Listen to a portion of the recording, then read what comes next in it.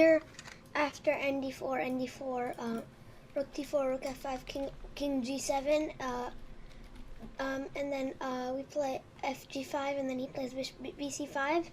I saw here rook c5, because if we play like rook e8, then just rook d1 mate. Yeah, that's not good. Yeah, exactly. So rook takes d5, b takes c5. No, rook takes e5. He has to play rook takes e1, just to not lose his rook, and then bishop takes e1. B takes c5, bishop c3, king f7, bishop takes d4, c takes d4. My only question is, are you sure that endgame is a win? I mean, we have calculated like probably 8 moves now, and then we are in a king and pawn game. I just want to make sure that king and pawn game is a win. If I know why it's a win, then we are ready to play it. But the only question is, are you sure it's a win? By the way, my king would probably be better on g6, not on f7, yeah? Yeah. When you play bishop c3, king g6 attacking your pawn on g5, yeah? Yeah, and like it's probably gonna be a win because we can like create a path. Like if the king like moves away, then we can play h4, h5. So we have like the kind of like an outside potential pass pawn. Yeah, you will get an outside potential pass pawn. But my king is far advanced. The only thing I want to know is my king is really advanced. That's the only question I have, actually. Other than that, that position seems quite straightforward. Can my king do anything? That's the only question I would have. Based on the pawn structure you have, you can have a simple answer for that. So I'm actually going to make the moves now. So I think we have talked about this quite a bit. Let's just finish this off. Oh, sorry, king g7 takes and bishop c5. Rook takes e5, rook takes e1, bishop takes e1, pawn takes and bishop here, yeah? So, yeah, so can my king get in? Simple question. Well, king g6, right? And then we take, and then h4. Yeah, and then maybe I get in something, I don't know. Can I do that? Like, I don't think so. Well, we have a good, decent pawn structure, right? So if you like try to get in, like you're probably gonna like, we can like create a pass pawn basically. Like if you Fair enough. Yeah. It's not gonna do much. So these are kind of protected pass pawns, almost like, right? Like having two pawns together, the king will never be able to capture them, right? So yeah, that's good, Awan. Thank you. So the main thing is, in that calculation, we have to just visualize this endgame and decide if it's winning or not winning. And it's actually quite easy. It's not a very difficult puzzle to say that you will play h4 and then you will play g3. And then that's it. I cannot touch these pawns. And then you bring your king over and then you play b4. At some point, you just play b4 because after c5, I would have this structure and white plays b4 and black has to lose the pawns and eventually lose the game, right? So the main thing to just remember is this pawn structure is a self-sustaining pawn structure which cannot be attacked. Not very difficult. But I thought this was neat from where it started. By the way, if there is no bishop c5, I actually just go back. And I just move I don't know, I can play h4 and then bring the king in. And this will be a deadly pin forever. And white again is completely winning, right? Everything is simplified. Once you allow me to go back, I think it's totally game over. So this looks like the most important move, and it's a complete conversion. So this is very easy when we look at it after the game is done, but this is the part of technique, right? You know a king and pawn game that's winning, you steer the game to that, right? Okay, that's good. We started with a nice... by the way, this was a world championship match, so it's also the decisions are probably very important. Bishop e5. I don't know if this should work. Let's see. Bishop e5 check. Let's think about this a little bit. First question is, if I take, you're going to take with this rook.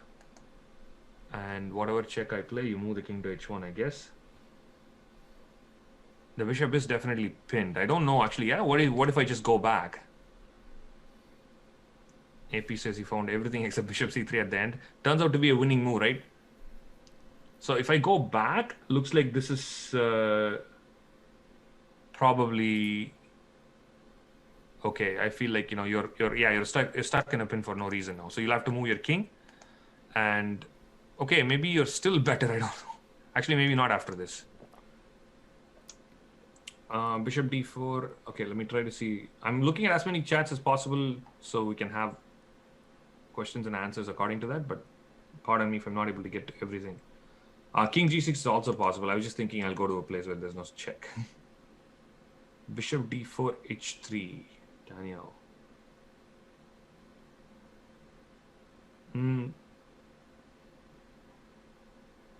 Yeah, white's still better actually. Okay, I guess we will move on from here. I think there are multiple things again. I mean, plenty of winning options, but I was just interested in showing you this final endgame, yeah?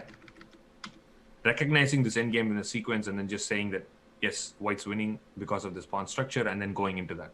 Then you have a technically winning position quickly. All right, let's move on to the next one. The next one is actually quite an interesting endgame. And let's pull it up.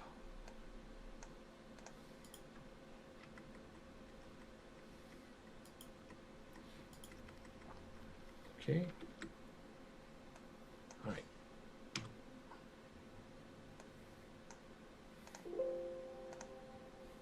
Yeah, sorry guys, we just got back here with the class. My computer's been struggling, but this is GM Magesh teaching the US Chess School. Okay.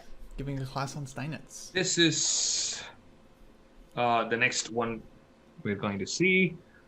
Steinitz is playing white, and kind of an interesting position already, because let's talk about what the position is, like we did last time. Yeah. I don't know what the discussion is in chat, so I'm going to ignore that. So let's see if someone wants to tell me what's going on in this position. What do you think? Again, we can talk as well. If you want to say something, you can put an exclamation point. I can call on you.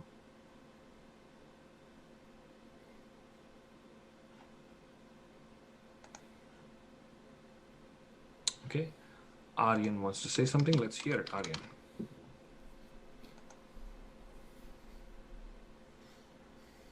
So basically, there are a bunch of holes on the dark squares which white can use, but at the same time there are a bunch of holes on the light squares which black can use. So light squares, you mean these are good for black, yeah? Yeah. Okay, so Oh, I don't think he can actually use them effectively. Wait, whose turn is it? it's white to play. I mean, if it's black's turn to play, we don't have to calculate much, I guess.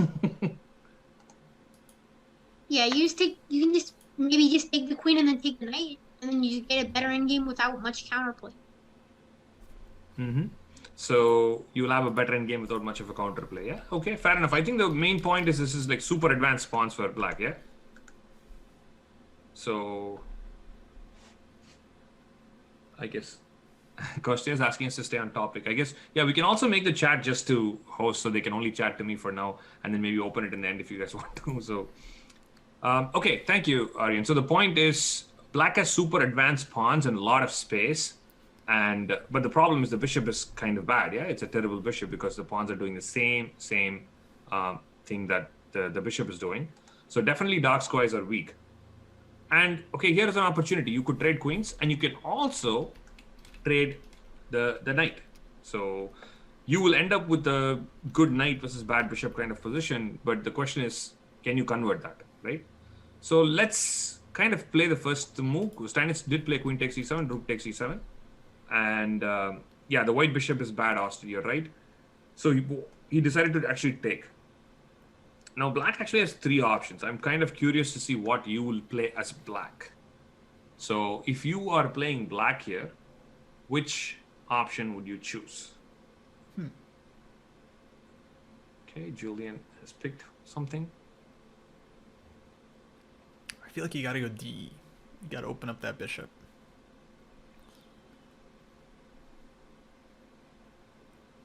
FE, just knight f4, super ugly. Again, think a little bit about what you will need to do to defend your position.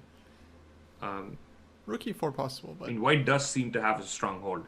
If I put my knight on c3, my pawns on the queen side are strong. I have that outside pass pawn. I have control of all dark squares. The only advantage you technically have is your really advanced pawn on h3. So black's perspective has to be purely defending perspective. yeah. Aryan says it's very obvious. Actually, it was not so obvious to me, Aryan. I was looking at this position and it was not so obvious. Not so obvious.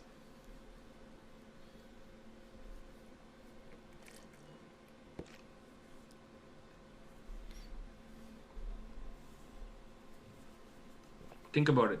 Think about it and make a decision, all of you. It's just a choice. I mean, it's nothing to win or lose. Whether all of you give me a move. Which one it is? Is it FE4, DE4, or Rook E4? Just one move you have to pick. It might be Rook E4. What I don't like about Rook E4 is that it doesn't guarantee that white will trade, of course. White will just leave their rook on D4 and just play a move like Rook FD1. So to me, getting D takes E4 feels important. But Magesh says it's not so obvious. I don't know.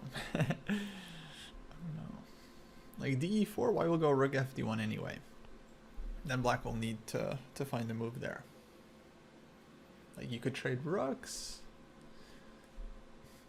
Knight takes D4. Okay. I am getting a lot of different ones. I'm getting FE4, DE4, and Rook E4. I like that. We have a good mix here. All right, I'll give you maybe another 15 seconds to choose. Keep making these decisions, then you can reflect on them. When we talk about the position, what is right or wrong, then you can go back to think about what decision you made and how to improve on that. Well, I don't know if FE4 is like terrible, but I don't like it because it doesn't allow us to open up the bishop on F7. So the bishop on F7 just stays super passive. I like some of the very interesting reasoning too. So I'd be really surprised if FE4 okay. was the move. Time is up. So dominate the C3 knight. Austin, you want to say something about your choice? Let's go. Okay, so I'm actually kind of stuck between DE4 and Rook E4, so I have reasoning for both. So first of all, if you take with the rook, then white can't play knight C3 because then you'll take the rook on D4, and then white won't be able to attack the pawn on D5 with the rook anymore. And then if you retreat the rook, quick pause there. I mean, I understand the point that I cannot attack D5, but I don't know if it's a completely say, I won't do that kind of variation yet, because if I have my knight on C3 and pawn on D4, I still don't see you getting in through the file. And this pawn might be a good block for this one. And I might have a this way. So, I mean, like, just saying, I wouldn't rule it out yet, but I do see a point. Yeah? All right, keep going, Austin. But the main point is if white retreats the rook and tries to put the knight there, then we have D4 and then bishop D5. And the bishop just kind of frees itself. But that's only if white retreats the rook. So that's why I'm kind of, the more I look at it, the more I'm leaning towards D takes E4. Because initially I was kind of concerned about rook D1, trying to take control over the D file. But then I realized that this D file, it's not actually that important. Like we can just take the rook on D4, and then after white takes it back with his rook, then you play rook C7. And the point is that white rook, it can't really attack any of the black pawns because they're all like protecting each other, or they're protected by the bishop. And there is sometimes, I guess white will try to put the knight in C3, but then when you can play king F6, king E5, and then you can kind of control the knight. So things seem to be kind of okay for black. Okay, so basically, I think you're coming to D takes E4, yeah? Yeah. Okay, all right, thank you. So, by the way, it turns out black can survive in multiple ways here. I don't know about rook E4 though. I think you can survive both with DE4 and FE4 based on what I have checked on this game. So both have good reasoning, I think. The one thing I didn't hear for F takes E4, yeah, I mean, I heard for D takes E4. That makes sense. You got rid of your backward pawn. You're opening the file for your rook. And this is still a pass pawn. So why not, yeah? So that's reasonable. This has one small advantage, which is what? Can anyone tell me one tiny advantage for black to do this? Just get the F file? F2 pawn, yeah? You have a nice open file to create some counterplay. And then you also eliminated that pawn as a weakness. So think about this. This knight has 3 awesome squares, yeah? You have to think about this. And my knight will be attacking your pawns from these squares. If I'm on D4, I can actually make that a weakness, right? This is anyways a weakness all along. And this is not, right? So right now there are 2 weaknesses right here. And by taking this, black might eliminate it into only one weakness, because this pawn is almost impossible for white to attack. So when I do pawn takes F takes E4, it suddenly becomes very clear that G4 is impossible to attack. So there is only one weakness. So that's another way to do that, right? So in the game, F takes E4 was played. Wow. So now, let's see. Like I said, black can hold this, but it's very, very dangerous, very, very tricky. And it's not easy at all. let's come up with some ideas. So basically, I think the first step is very straightforward. Yeah, you put your knight on c3, maybe you put your rook on d1 and d2. So your knight and the two rooks will all be attacking d5.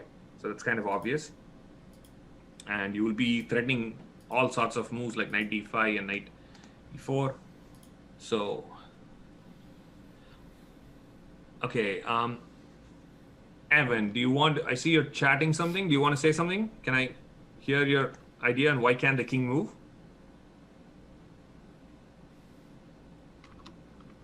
Okay, let's unmute.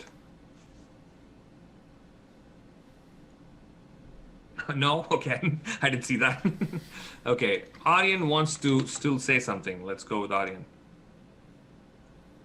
I think f takes c4 was just unnecessary because the counterplay on the f2 pawn I think is pretty irrelevant because just king g1 and you defend it, even if black doubles up, just king g1 and defend it. And on the other side, white can crash in, possibly, Yeah, or just hit in the center. Let's discuss how So it's white's going to crash unnecessary. in. That's the point we are. I want to hear how white is going to make progress now.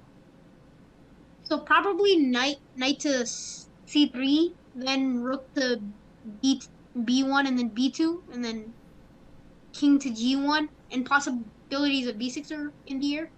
Yep, I think b6 and a6, a6, b6 or b6, they're all possible. Yeah. And you can also put the knight on c3, d4 and d2. But it's not super obvious to me how I'm winning yet, because even if you play b6 and I take, how are you winning there? I mean, like I have two rooks blocking b7, and I don't see how. First, let's actually talk about black's defense, guys. Let's talk about where will black. I mean, I have to defend this pawn. So can someone tell me how I'm defending this pawn as black? Let's start with that. This is exactly the kind of position where you should think ideas, not moves. You don't need to think about, oh, where do I go? Where do I get? You have to think about the position you want to reach. Where would your pieces be? Where would you reach? Right? So, king, yeah? Everyone's saying king. Of course, I play king f6, king e5. Makes a lot of sense. Now, let's say this knight's on c3 and this rook goes to d2. Yeah? And I think those are the first few initial moves. Maybe I can just play them quite fast. So, after pawn takes, knight c3 was played. Bishop e6 was played. Rook f d1. And I guess king f6 was played, and after king g1, king e5. Okay, let's play up to this point. Yeah, this seems reasonable. So now you cannot take this or you cannot take this. I think both are very well defended. What next? Who wants to tell me or think about a winning plan for white? Well, not so easy. I don't know. I bring the knight to f4. You know, knight e2, knight f4. Let's go. I would like to talk to someone who's not yet discussed, so that way I can have more people talk about your ideas. White is not winning it. I mean, not sure. Yeah, I kind of gave you that already. Black can defend, of course, but not easy. I mean, I just think white has a very nice plan to move forward, and I want to see who can find that.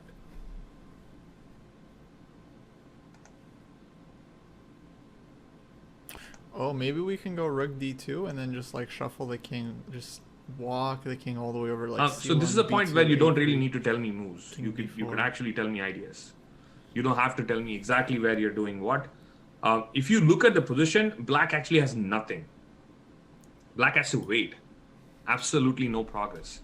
So you can do whatever you want with your pieces. Oh, Evan, you want to explain your move now? I see an exclamation point. Go on, Evan. Nice.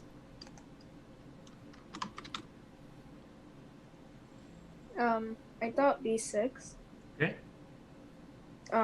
Well, if they take, and take, well, it's just sort of makes the rook overworked a bit, and also it opens a spot for the knight on possibly b5. And, Knight going to b5, okay. Yeah. So once it's Fair enough. I think b6 is definitely one of the ways to move forward, yeah. There is still a lot more, though, because I'm definitely guarding b7. Even if you go knight b5, I still don't see exactly what the next threat is, right? And yeah, I mean, it's there, but not so clear to me. I think, Kostya, your suggestion makes sense. Of course, that's the first way to improve. Message them. I would try to bring the king to b4. Austin says, why does everyone forget about the king? Okay, so I have a plan of king going to b4 and c5. Okay, I can get to b4. I don't know if I can actually get to c5 because a check will just push you right back. So let's stop at b4. I like your king improvement plan, but I'm going to hold it off at b4. Let's see. I still kind of want to play king to b4. Okay, Julian, that's right. We got the king to b4. Next, what next? Then maybe knight a4, knight c5. How are you going to win this one? So in the meantime, let's say attack your pawn or something, you probably put your rook on d2. Right. White has a very strong plan. Let's see who can find that plan. There are probably two ways to proceed there, as you all know, hopefully by now. b6 is definitely one of them. But let's say your king is on b4 and I put my rook on like b7, I don't know. Actually, I cannot do that. This is hanging. Sorry, my bad. So I'll have to just still wait. So if you put your king on b4 and you push pawn to b6, might have to just take, yeah? I might have to take, and play something like rook d6. That looks pretty good. Why not? So they're analyzing king b4. Aryan wants to play a6. Okay. a6. And knight a4, knight c5 is being suggested. So by the way, I think b6, we are really looking at this real problem. Pawn takes, and then I go rook d6. And then I go rook probably here, yeah? And if you play king c5, maybe... I don't know if I should start with this rook over here, yeah? If I play this rook over here, your rook has to go to b2. And then maybe this rook goes to d8. Again, if you can visualize the board, the white king goes to b4. And then when you play b6, that's the position I'm trying to deal with. And I'm looking at takes and some rook d6, rook b7 ideas, and then eventually rook d8. I feel like I'm still blocking you. But you've made a lot of progress. No questions about that. But still quite unclear. Still quite unclear, okay? Let's see. Knight a4 and knight c5 definitely looks very interesting to me. But there was one move that I feel like is kind of very straightforward. I mean, I want the pass pawns, right? My pass pawns have to really make the difference. Oh, b6 takes a6? Really?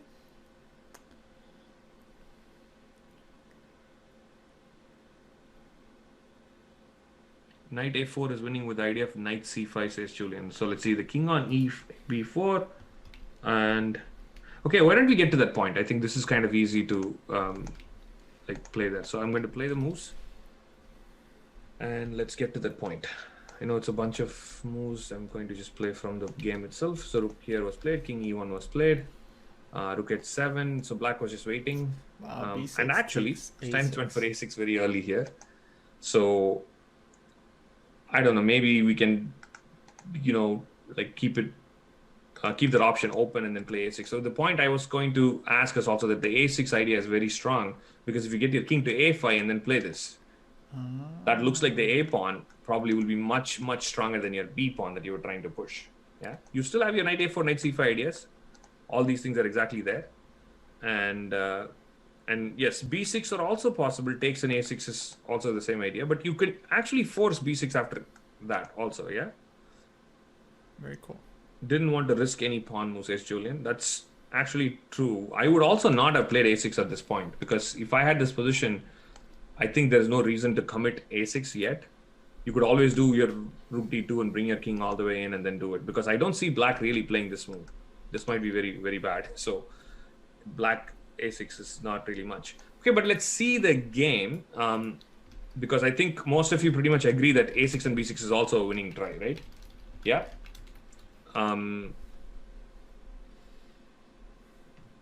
The best technical should have known the best technical players don't rush. Yes.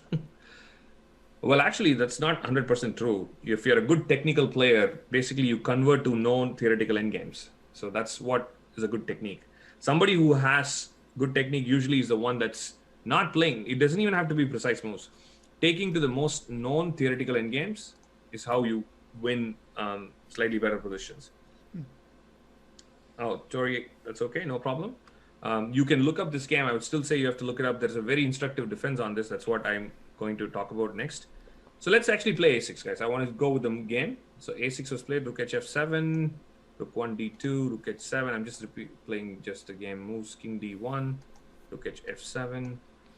I think there might be maybe a repetition here, king c2, rook f3, king d1, rook f7. Yeah, king c1 now, rook h7, king b2, rook hf7, and king a3, rook h7, king b4, rook e7. So basically we've gotten up to this point. Now I want you all to think about what black can actually do here, because white played king a5. So now I will give you a couple of minutes, all of you. Again, don't rush into your answer.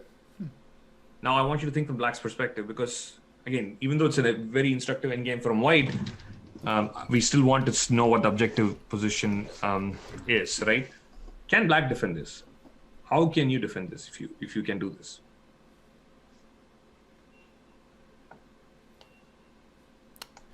Oof, I hate these positions. How does black defend? Terrible position. Now I would say take your time. No, don't rush into it. But I need precise moves now. I think white has come to a point where now the general ideas have stopped. I could play b6. I could play rook b2 followed by b6. You really need to know what the next move is.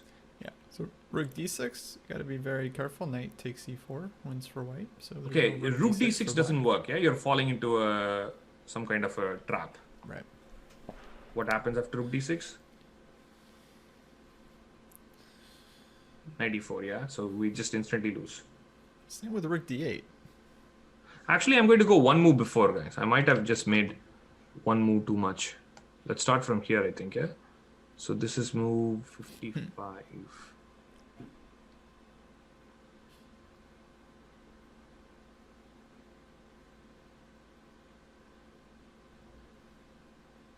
Yeah, actually, no. We are in the right place. Sorry.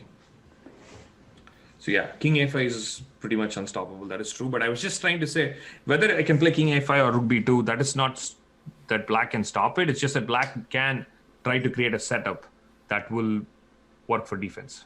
Maybe we pull the bishop back, bishop f7. So then on b6 takes rook e6 check. Julian's pointing out the only winning variation after knight e4. That's true. So rook d6, knight e4, pawn takes e4, rook takes d6, and c3 is very strong, yeah? Yeah, but rook takes e6, you're right, is winning. Rook takes e6 followed by rook c2 and king b4, and I pick up this pawn. So, in fact, rook c2 directly makes more sense because the king will come to b4 and catch the pawn. Bishop f7, okay. So I'm going to play rook b2 next. And then I'm going to play b6. By the way, I don't think I can play b6 now, yeah? Because if I play b6, you will take. King takes and you'll play something like this check. Oh, rook d6 check anyway. So and then this rook will go in there and then some... Yeah, and then I think at that point, I might not mind losing this pawn. So white's real threat is rook b2. So bishop f7 still... Oh, bishop f7 also runs into knight e4. That's right, yeah. I think Austin has pointed that out. Okay, so defense is quite tricky here. I think playing for white here is so much easier than playing for black. Yeah, you can't move anything, man. This knight takes c4 is just hanging over our heads. Just like no moves for black, man. Just resigns. Okay, rook e8, rook e8, rook b8, maybe. No, rook e8 again, knight takes c4. What is it that you're going to do? I'm going to play rook b2 and b6 again.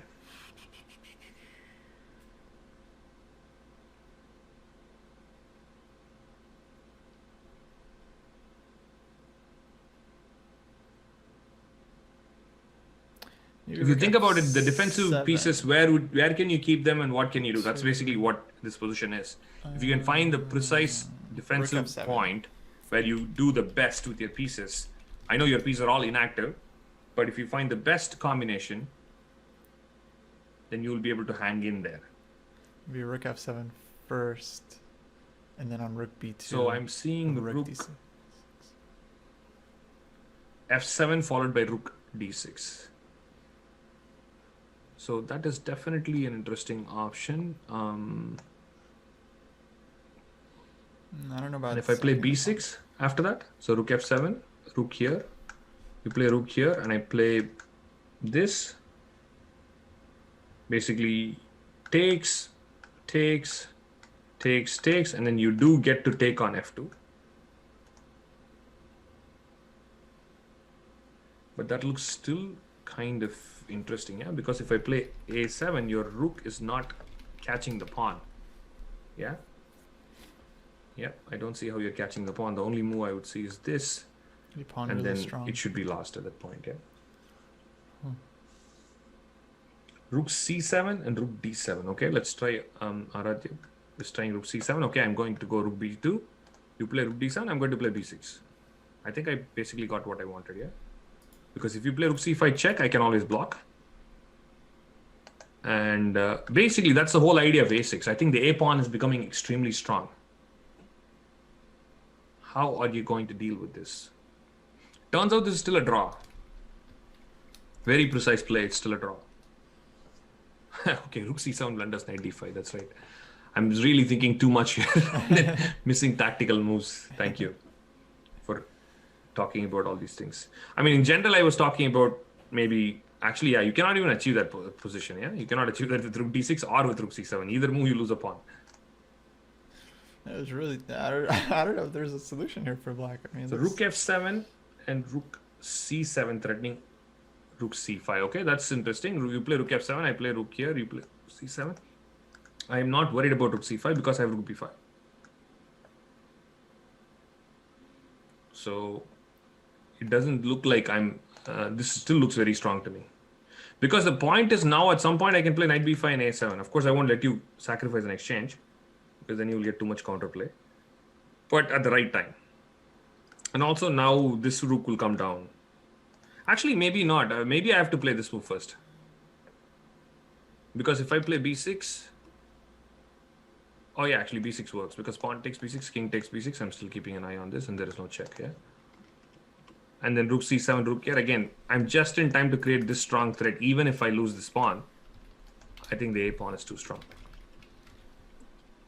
Okay, so the defense is not super easy, so I'm going to go over it. At least to some part of it. So rook f7 makes a lot of sense. After b6, a b6, king b6, can you play knight takes e4? Trade everything and play a7. That's right. Yeah, all these things will work. b6 takes, Julian, I don't think I b8. listened to your line. Can you actually speak? Because I might not have paid attention to the one that you typed. Yeah, so I was thinking that probably I want to play rook f7 precisely after you play rook b2. Because, okay, so you play so something like rook g7 here, maybe? Right, rook b2, then rook f7 back. Okay, and I do that? And if you play b6, then I take and go rook f2. You're taking with the king here. And here I was hoping to play like rook d6 and rook d7 back. But now rook d6, I go here? And rook d7 back. Yeah, so now the problem is I already achieved this, yeah? So now, for example, let's say I do this. And I get to move my rook. Okay. So, I mean, I'm making slow progress, and this is really very dangerous. Wait, rook d2, d4? Oh, there's rook b5. Like okay. someone's saying the pawn is falling. How is the pawn falling? If you play rook here, I will play rook b6. There is no pawn falling. Because if you move the bishop, d5 is falling. Get wrecked. b5.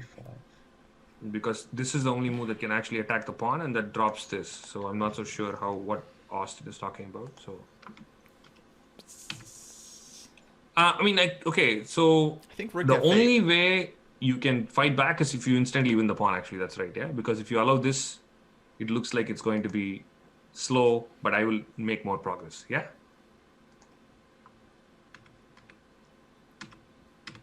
So, I mean, rook f7 first move is correct. Oops, sorry. Rook f7 the first move is correct. And after rook b2... I think rook f8 here. Now I think, again, very precise move is required. The clue I gave you is that you want to put your pieces in the best possible defense. Right? So basically, every piece in the most optimized defensive position. This rook has moved out of here, which means knight e4 is not a threat.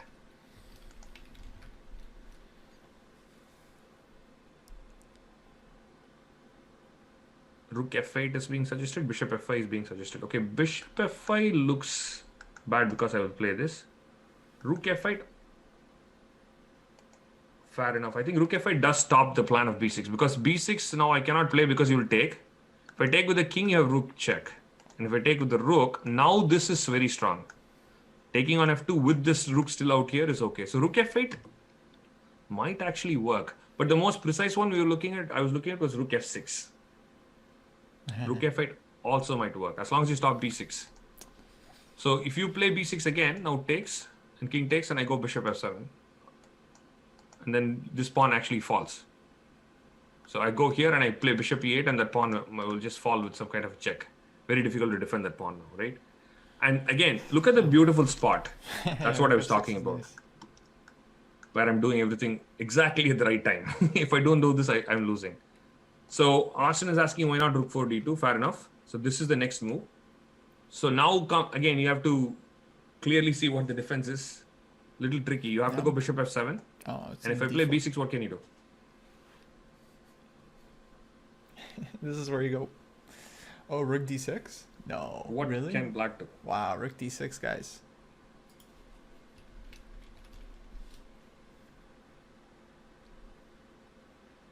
Yep, rook d6. Very strong. Very interesting defense. So Wow. somehow black is just in time to deal with all the problems. And I cannot play b7 because of takes. And the only real defense is this. And Julian, you're asking about some d4. I'll come to that after this. And then now, if I play knight a4, what do we do? Still one more precise move is required, because I could play this one now. c3? c3, b7? If you play pawn takes, I will take with the rook first.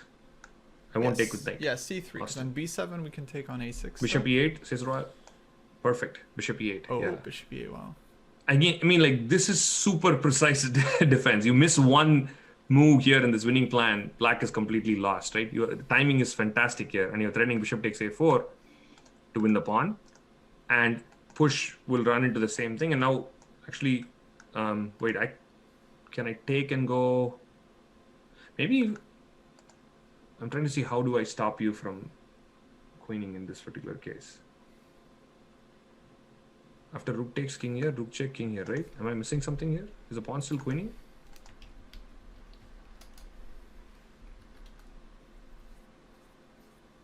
Bishop a4, I queen with check. So that's one of the issues, yeah?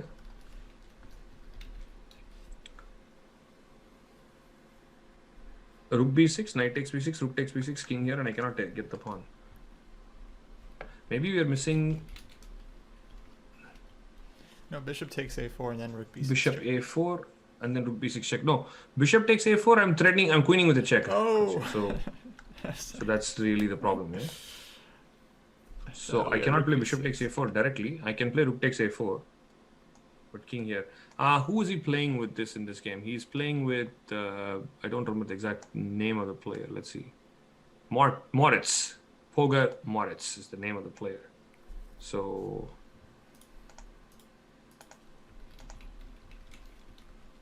let's check this very quickly. Bishop e8. I'm not going to analyze too much here. I'm going to ask our friend Stockfish very quickly. Rook b3. B7.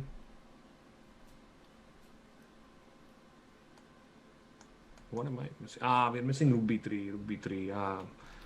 So simple stuff sometimes is just really fun. Simple Yeah, rook stuff. b3 in the end is right. Kastya, you figured it out.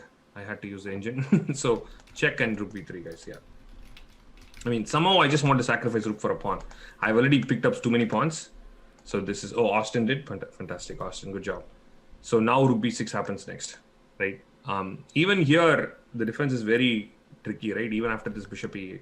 So what actually got me curious here was I started thinking, if this is the case, right? Is this position a zugzwang, yeah? So for example, in this position, if the rook has to move, if the rook goes here, then I can play this move, right? Because if the rook goes up and down, we always have knight e4 threat, right? So what if I get a position like this, right? If I can create a that'd be zugzwang, so sick. can I actually win this one? Right, that was the first question that came to my mind. But it turns out now, I think one of the variations that Julian suggested early on, Aryan is saying, do I use Stockfish? I mean, I don't use the engine a lot, but depending on situation and what we are doing. For example, if it's a calculation exercise that we are working on, I would say yes, we should just sit there and try to figure it out, and that would be the best thing. There are two types of things that you work on in a game, right? Sometimes you're trying to evaluate a position. A lot of your opening study will be like that. You want to know what's the best in the position, and when you're doing that, you can use an engine. That's completely fine. But there are a lot of times you're just basically trying to improve the way you think. Then using the engine is pretty useless, right? So that's the time you really should just think. But if you're studying an opening, you want to figure out if that position is good or bad, and then there are some positions you're analyzing some things. Using the engine makes a lot more sense. Still want to play a6 and then play knight c5. Yeah, I mean, there are other variations here too that we can still do that. But actually, I figured out that the rook f8 is still okay here.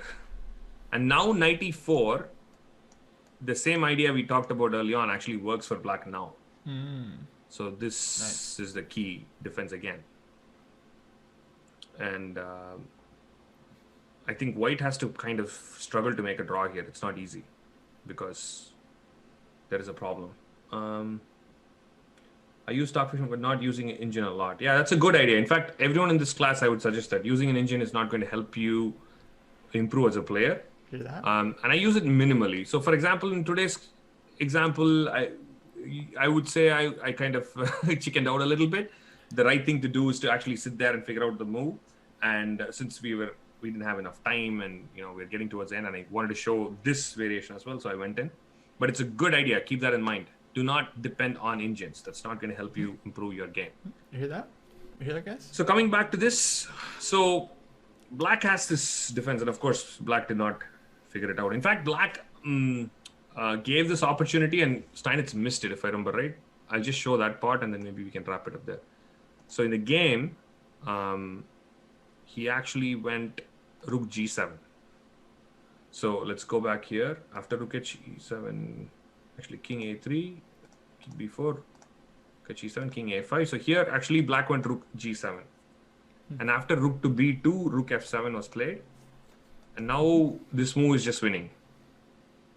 But I think Steinitz played knight a4 here, which allowed black to fight back into the game, where he played rook c7 and king b4 and rook f8. So the game went on a little bit more, and eventually black decided to go rook c7 and rook a6, I think, with rook on b8. Still had a draw, but I'm not going to go too much in depth with that. I felt this was very instructive from this point here, right? I think this is a very instructive thing to think. So, I mean, even without a6, maybe there is more to explore here. I know some of you already suggested this b6 directly, or bring the king to b4 and then play some knight a4, knight c5 ideas, which is also pretty interesting. I don't think that's also very obvious. A lot more probably to be analyzed here. This is kind of analysis I would recommend you do on your own and not with the engine. For sure. And once you do your work later, you can definitely work with engine. Yeah.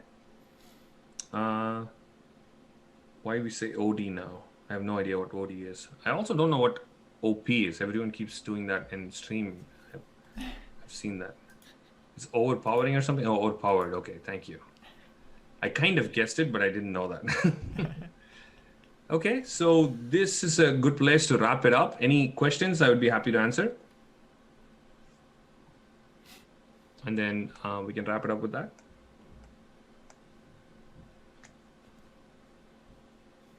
Yeah, some people have been saying OD. I have no idea. There's only one OD I know. Cool. Well, thanks, Magesh. That was a really interesting endgame. All right, thanks. Really appreciate it. Yeah, you guys can feel free to send in some questions if you like, but I'll be wrapping up the class soon. And yeah, thanks so much.